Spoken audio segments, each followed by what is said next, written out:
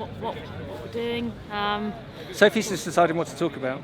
Are you recording now? Yeah. Oh, you're not going to put that up, are you? Yeah, of course I will.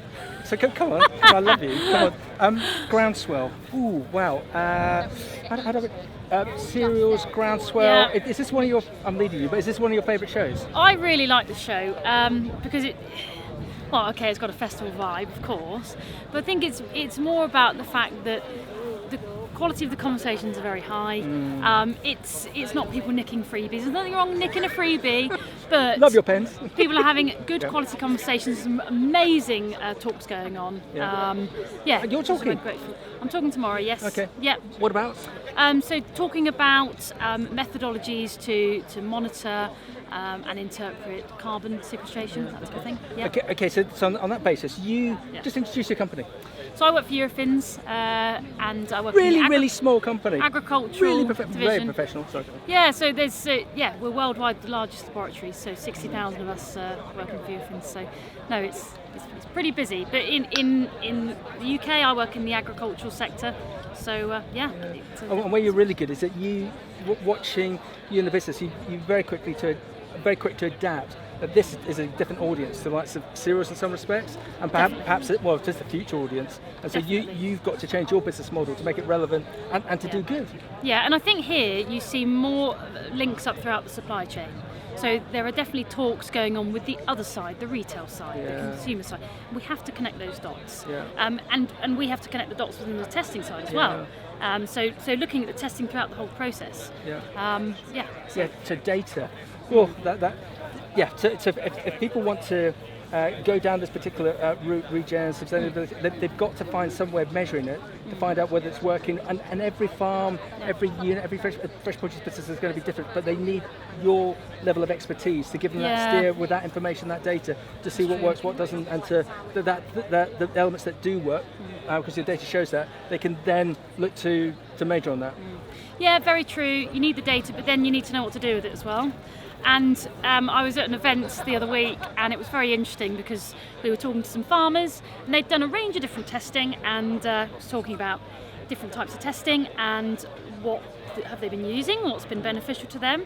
And they said one type of testing wasn't beneficial because it wasn't what they expected, which I thought was super interesting. It's like, well, why wasn't it what you expected? So what they lent towards was the data that told them what they thought. But actually there was a reason the other data didn't tell them what they thought. So it's looking at it from a much wider perspective, because the data is just the data.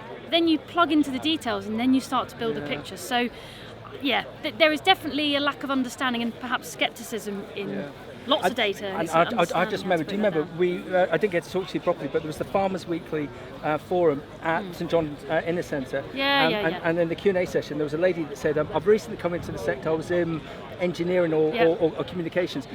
You people within agriculture, you're light years behind the rest of the other sectors that I've come from, like communication. We've got our data so well bossed. Then when you do analyse it, there's so many multiple streams of stuff coming in. And I suppose that's one of the advantages with Eurofins, again, that because you are a global business and you've got all of these different, you've got so much intellectual horsepower that you can bring that to bear within agriculture and present that to growers, to farmers, as to, again, how to get the best use out. So what I'm basically saying that we need to align ourselves to businesses like yourselves to get the data, but also then how to use it, to deploy it. Yeah, definitely, and even within ourselves, because we are such a large business, there's a lot more collaboration we can be doing internally, and we're definitely doing that. Because yes, I work for the agricultural division, but the food sector is much bigger than the agricultural sector, and we're involved in things like genomics, forensics, etc. And a lot of these interlink. We can learn a lot from those different industries, and as you say, agriculture is kind of on the back foot of what to do with that data, so we can learn a lot from those different sectors. And we've got a lot more collaboration to do internally, which we're definitely getting towards. So you're positive about this whole thing, regen ag, sustainability, where farmers you've got to be positive, otherwise where are we going? Definitely. Positive conversations here, really good talks. There's a lot of questions here, probably way more questions than answers at the moment, but it takes time, and it's building relationships between different companies, different people. We'll get somewhere. Yeah, but it's all about being curious, isn't it? About being just to engage with yourself and other businesses to find. What do we said it so many times before, that the better farmers, growers, leaders spend 25% of their time just thinking. And when they're thinking, and hopefully this type of video is the purpose of that is so that they can engage with companies like yourself to go on that journey. Well, we want to hear from people. You know, it's let's have the conversation and see what data you might need and how we can work together. Yeah. Are you staying here tonight? Are you here for the festival?